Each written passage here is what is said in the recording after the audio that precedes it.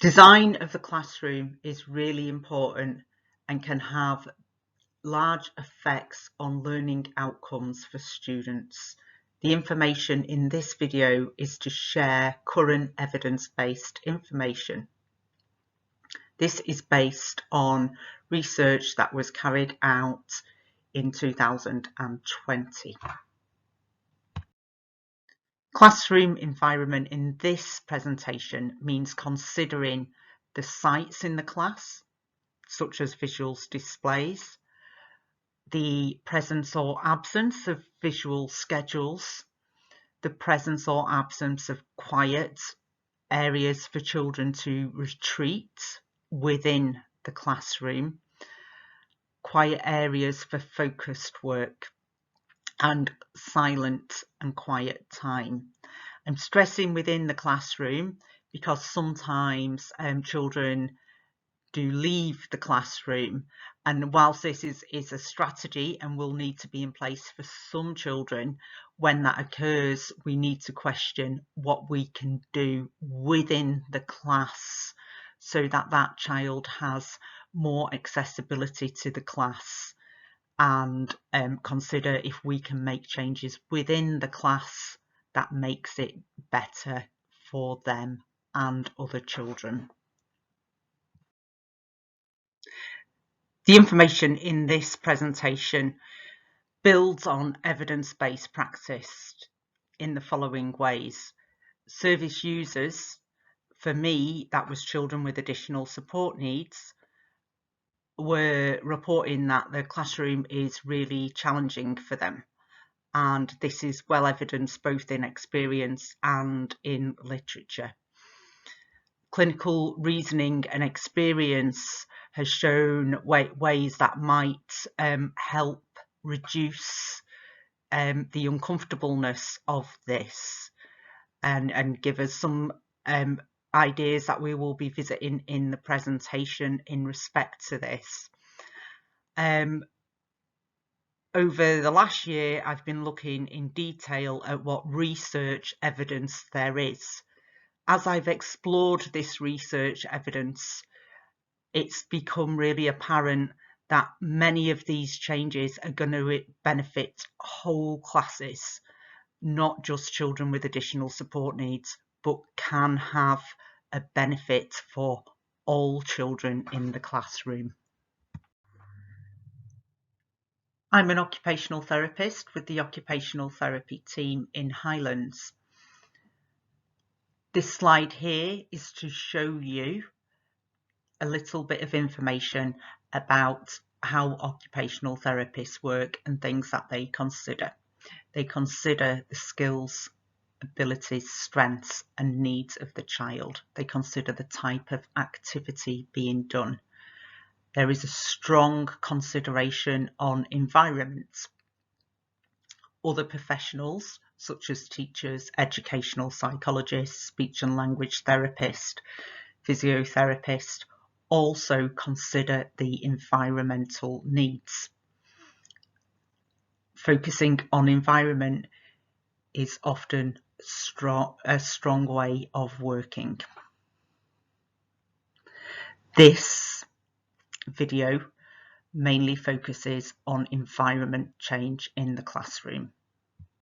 So given that we're looking at sight, sound and space, it's useful to evaluate within, first of all, an empty classroom or a classroom that you're considering to create and prepare. Consider the amount of visuals and the complexity of visuals. Also consider the spaces and consider where might be best to place a visual timetable in the class. So information further in this video should give you some guidelines for evaluating the sensory load within the class. It's important that the sensory load is not too much. As I've explored environment for children in whole classes, I've seen that the information gained here, if implemented, can promote learning for whole classes. It's not just about children with additional support needs. It's useful practice for whole classes. It can also prevent distress for children with additional support needs who find potential overstimulation more challenging to cope with than their peers. And it is also hoped that it can promote comfort for pupils with additional support needs. Within gaining this research, I've spoken to autistic adults about this, as well as talking to autistic children on my caseload and seeing the difference in them with some changes. So the recommendations from this evidence-based research includes keeping 50% or more of the class space free from visuals. So that means your walls only being 50% covered by visuals. You can have colours on. Having some colour is often better than having white. However, the pictures and information should not be covering more than 50% of the wall if that is feasible. What this can look like in practice is using the notice boards that you have in class and keeping the information contained within those notice boards only. So that would be good practice and very helpful. Having a visual schedule can be really helpful to help people predict what's happening. This can be helpful for all in the class. Some with additional support needs may find an extra benefit from this, especially as increased predictability, which can be really helpful. It can also let adults know in the class what point they're up to, and it is useful to acknowledge when an activity has been finished. This could be done by posting it, or equally by having a signal that you are able to show that it's completed, perhaps by ticking it off in some way.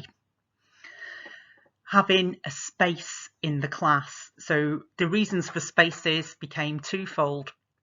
There's a reason for space for a child who needs a rest in some way and a break from the stimulus. So that place is for retreats. In the research, lots of people fed back that children could leave the class.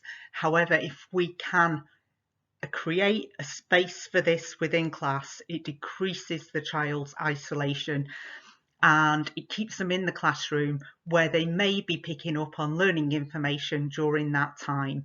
If somebody is needing to leave the class, one of the first questions that we should ask is, what can we change in the class to make that environment easier for that particular individual? And also having spaces for work, such as workstations, where a child can work with a screen around them. It may be individualised, but you may have more than one of those and make it a usual, typical thing that pupils in the class are allowed to go and use that workspace, that it's not set up particularly just for a child with additional support needs, that it can be accessed by others in the class at times. Furthermore, another thing that can be really helpful is building in quiet times, and both the literature and research came back with that this was somewhat could be potentially problematic.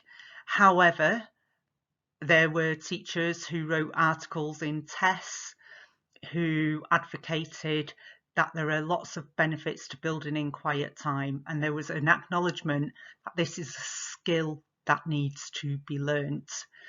That can be beneficial, but it does take time, and it does start meaning off small and building up progressively to longer times.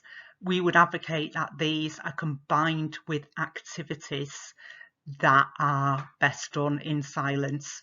Whilst people may say that might be challenging, for some children working in noisy environments is challenging. And as with all the adaptations, you would put them in place and see the effects of them and make modifications as needed. Because these are general ways which on the main can be helpful, but we also look out for if there's somebody who doesn't quite manage with this. But building it up in small steps and learning that skill can be really beneficial to the whole class.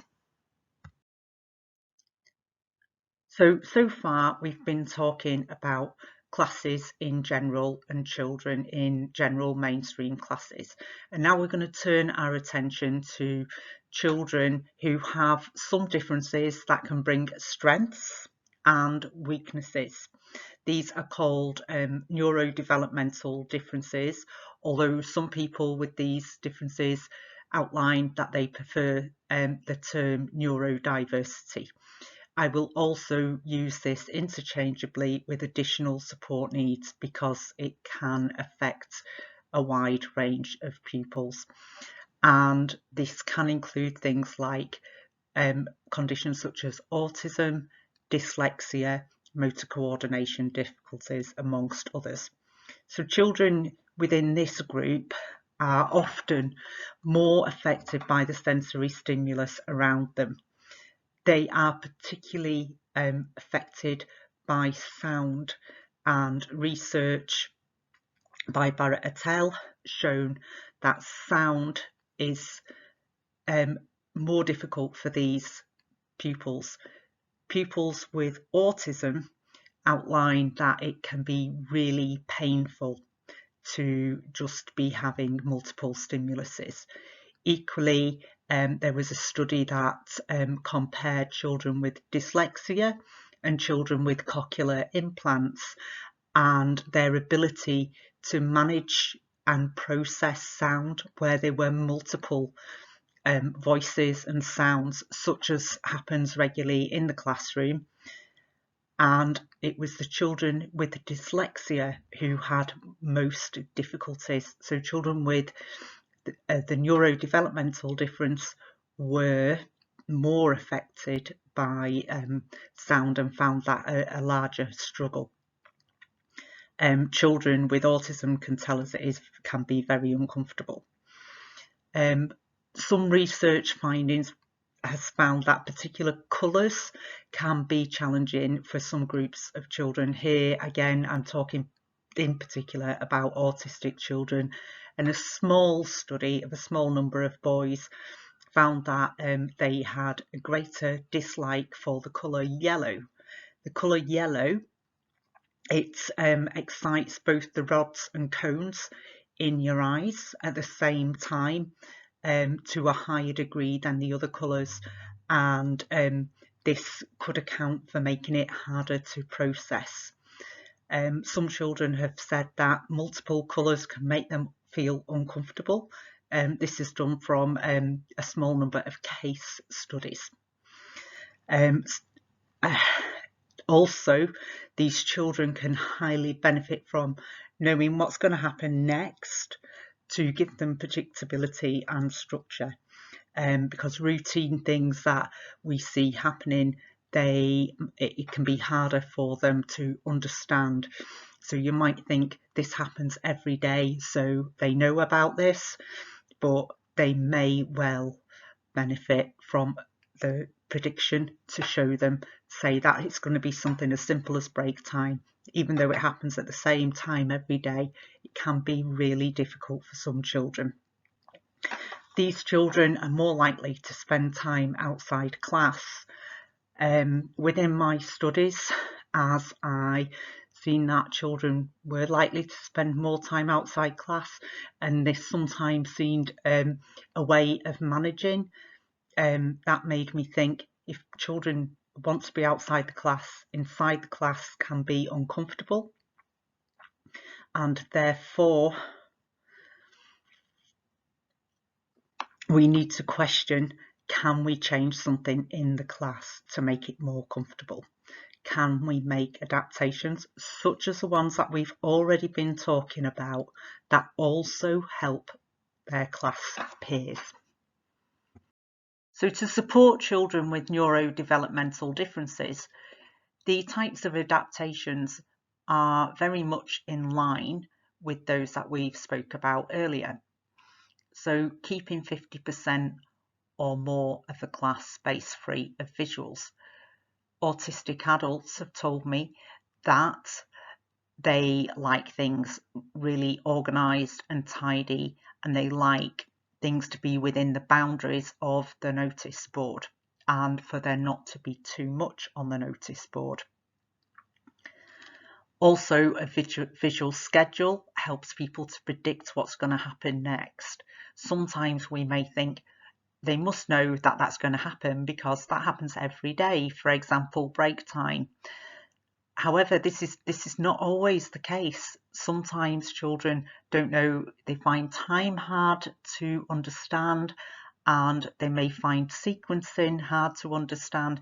So those things that seem that people would know, they may not naturally understand, and so visual schedules can be really helpful.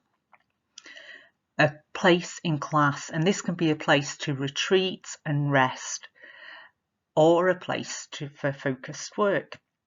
It can be available to the entire mainstream class, and then that makes people feel less singled out for this special space, and it becomes more a standard classroom space.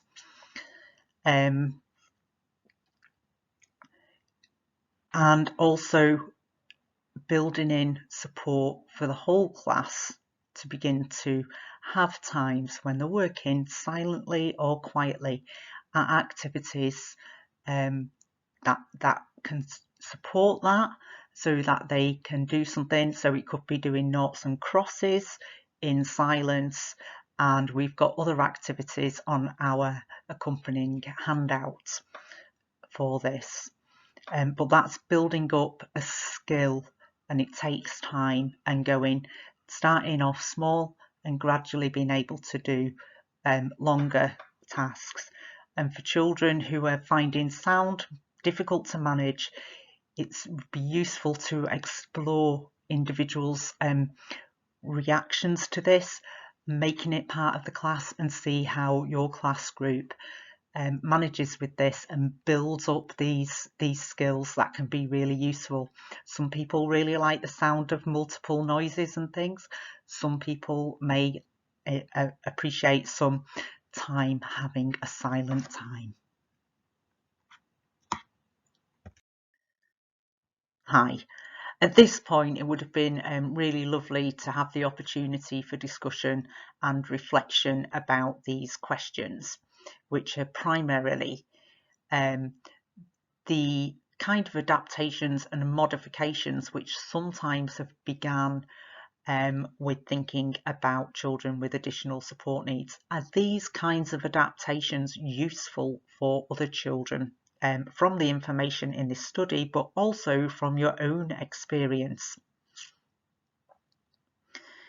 Then another important thing to consider: is it in your circle of influence to implement these kind of modifications?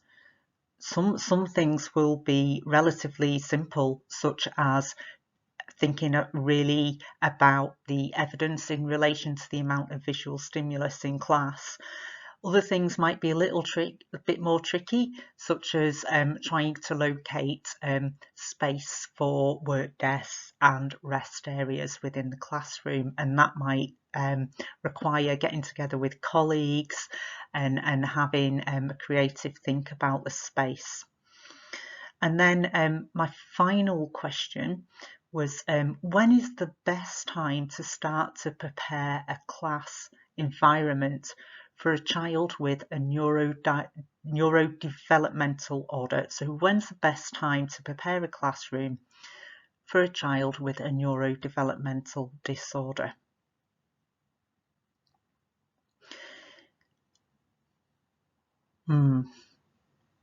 So in response to that, I'm going to say as soon as possible, and you can do it in a general way that can benefit the whole of the class. It doesn't even have to be that you're getting a child with a neurodevelopmental disorder into your class or into your class that year,